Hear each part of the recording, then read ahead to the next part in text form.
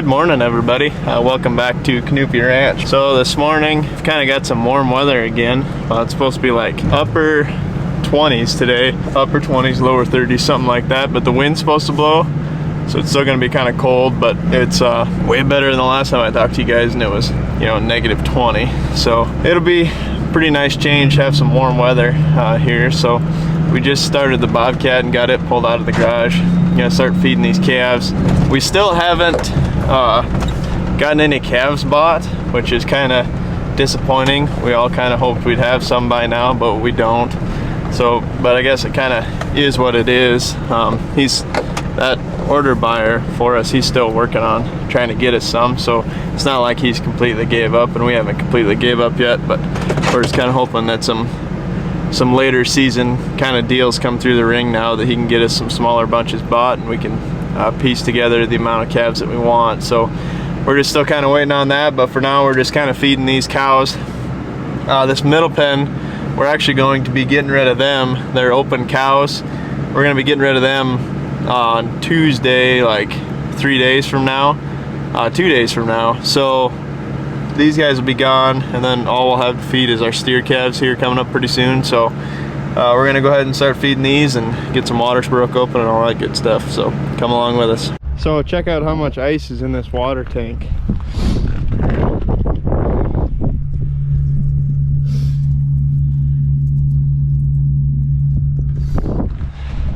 There's a solid 8 to 10 inches of ice in that water tank. So hopefully, now that we got some warmer days coming up, it'll kind of melt a lot of that, so it'll hold more water than ice, which is always a plus in your water tanks when they got more water than ice in them.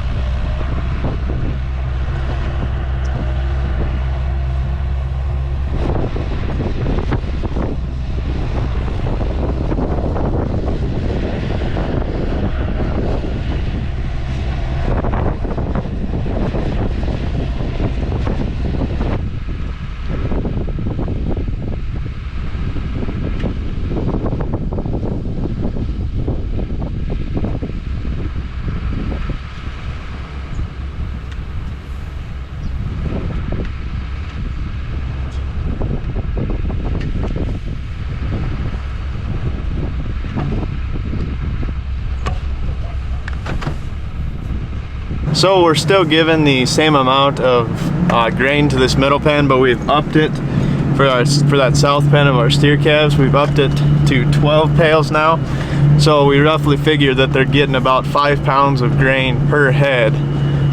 Before it was about like 3 or a little over 3 pounds a head. So now that we've upped it to 12 pails, we're figuring it's closer to 5 pounds of grain per head. So I'm gonna back up to the grain bin here and start getting some grain put in some buckets.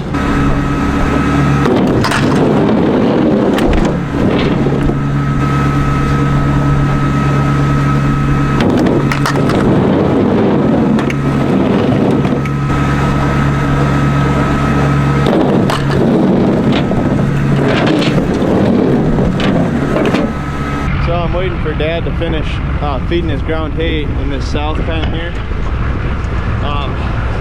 so I can put grain on it for these calves. So I'm gonna run up and check their water.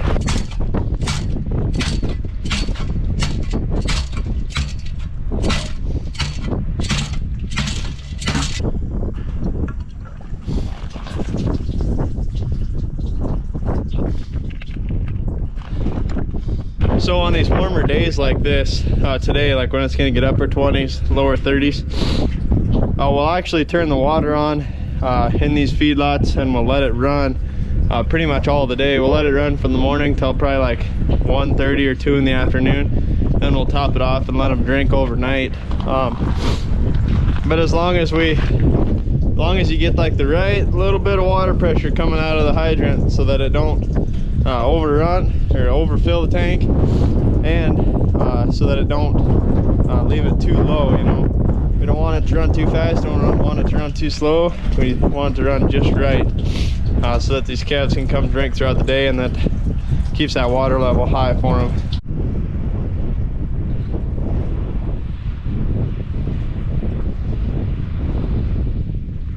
I'll tell you what, nothing beats seeing a whole line of calves lined up eating in the mornings in the wintertime. It's a good sight to see.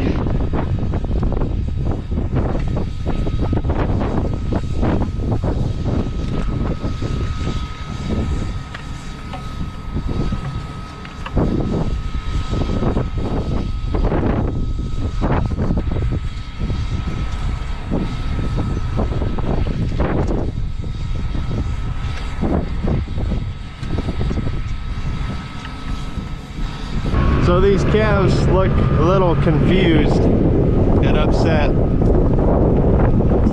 why everybody else got fed and they didn't. So I'm gonna try to push them through that gate so they can get down there and get something to eat. Just gotta climb this fence.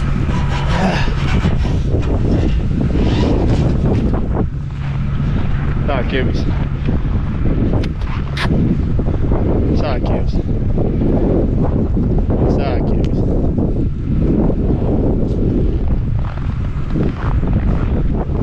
Side cubes.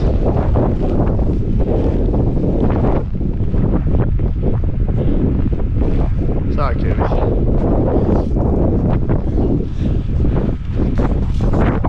Side cube. Alright. Alright, Kev. Side cube. There you go. There you go. Now those two will go down there and join the others. So Dad just put the forks on the Bobcat, and he is heading out across the creek to go set out bales for the cows. And then, well, I'm guessing he's probably going out there to set out bales in the piece the cows are in, and then he'll probably set out bales for the next piece that he's gonna move them into also. So I just got done feeding grain to these calves, so we might go out there and get a little footage to see what he's up to. So Dad rolled out a bale for the cows back there. He brought one out with him from home. So now we're kind of just waiting for the cows to kind of all walk that way and find that bale, or at least most of them walk that way and find that bale, so that we can go take the electric fence down that's around this stack, and then we don't have to worry about the cows trying to get in there and eat the hay while we're setting out bales and stuff. Then they'll all be preoccupied and they won't even worry about the haystack over here. So now we're just kind of waiting for them to walk over there and find that bale that Dad brought out, and it looks like most of them are heading that way right now, so that's good. And then we'll get to setting out some bales.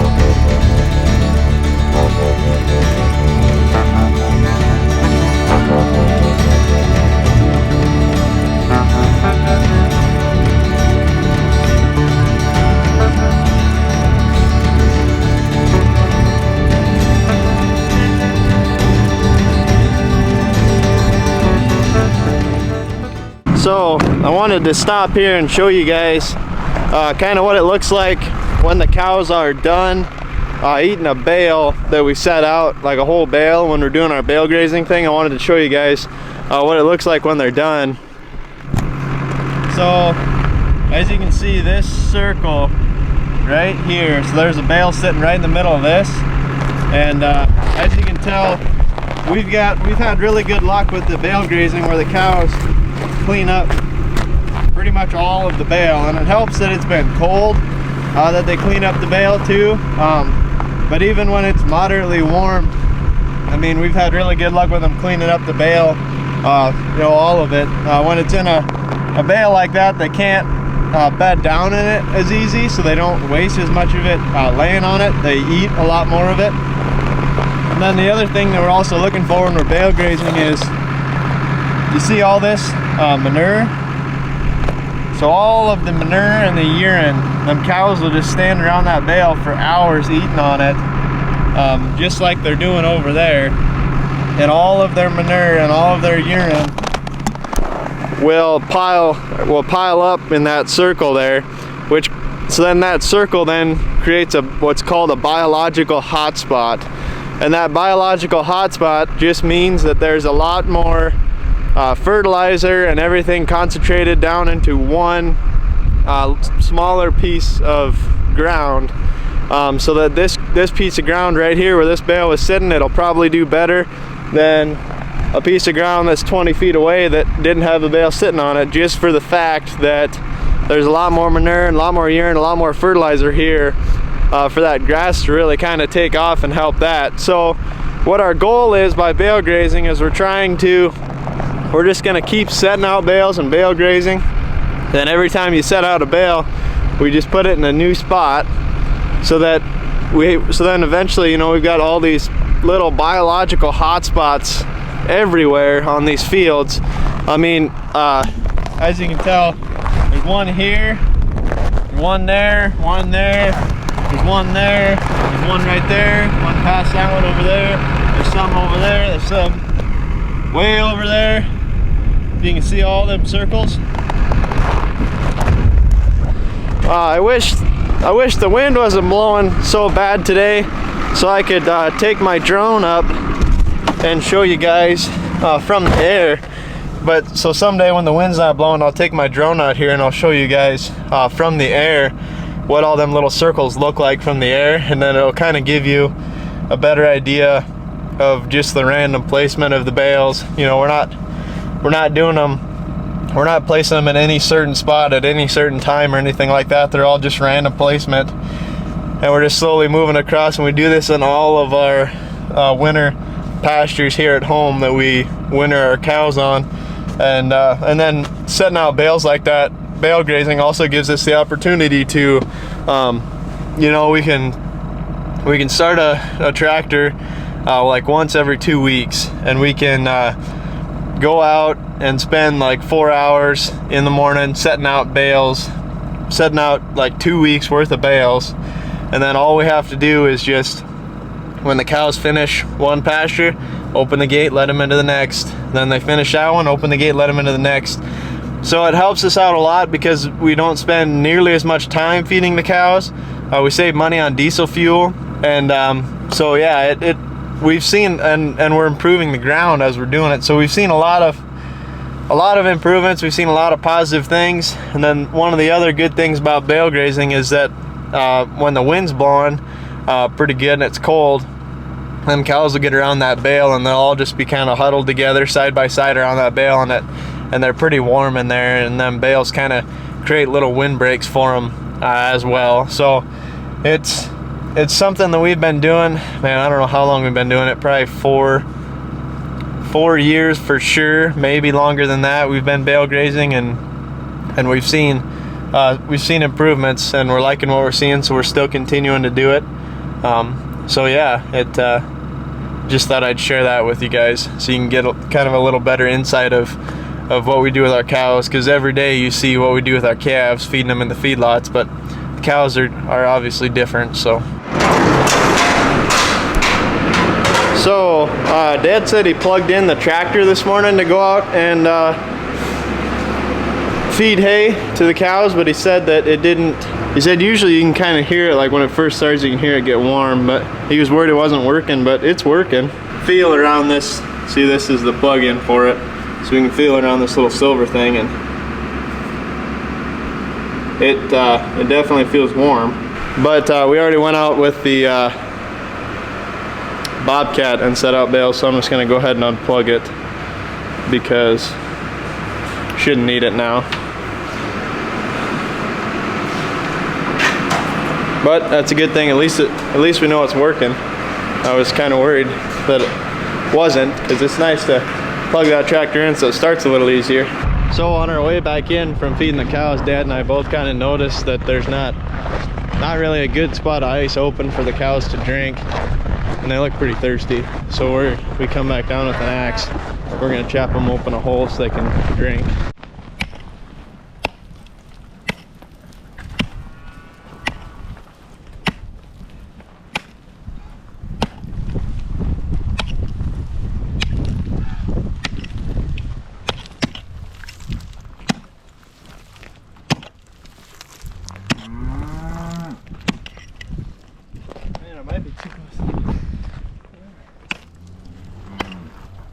So Connor told me I had to video him chopping ice too, so you guys don't think that I do all the work, which I do most of the work, but just so you know.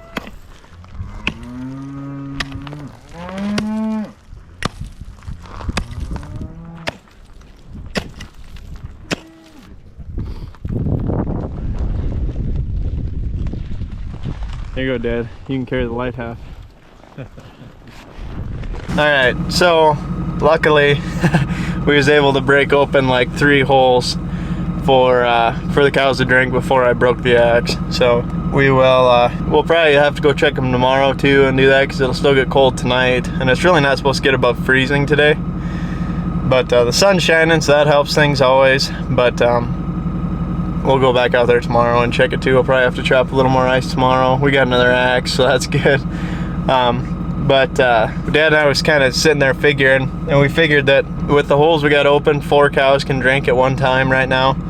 So we figured if each cow drinks for 5 minutes, it'd take seven hours for all the cattle to be watered and full. But they probably won't drink for 5 minutes. They'll probably drink for closer to like 2.5. So then it'd only take like 3 hours or something like that for all of them to get filled up on water and I'll get a drink, go back to eating. So shouldn't be too bad. It'd always be nice to have more water open for him to drink, but we got enough open for him for today anyway. And tomorrow we'll probably go break some more ice. But we just started this water in this middle tank here, so we're gonna go up and probably see if we can find something else to do. All right, so we got the water broke open for the cows, and got everything fed, and everything looks pretty content right now. So got the cows taken care of for a couple days too, so that's pretty good. And but yeah, but I think with that, that's just about gonna do it for this video. So thanks for watching, guys. We really appreciate it. Thanks for all the support, all the comments, likes, and all that good stuff.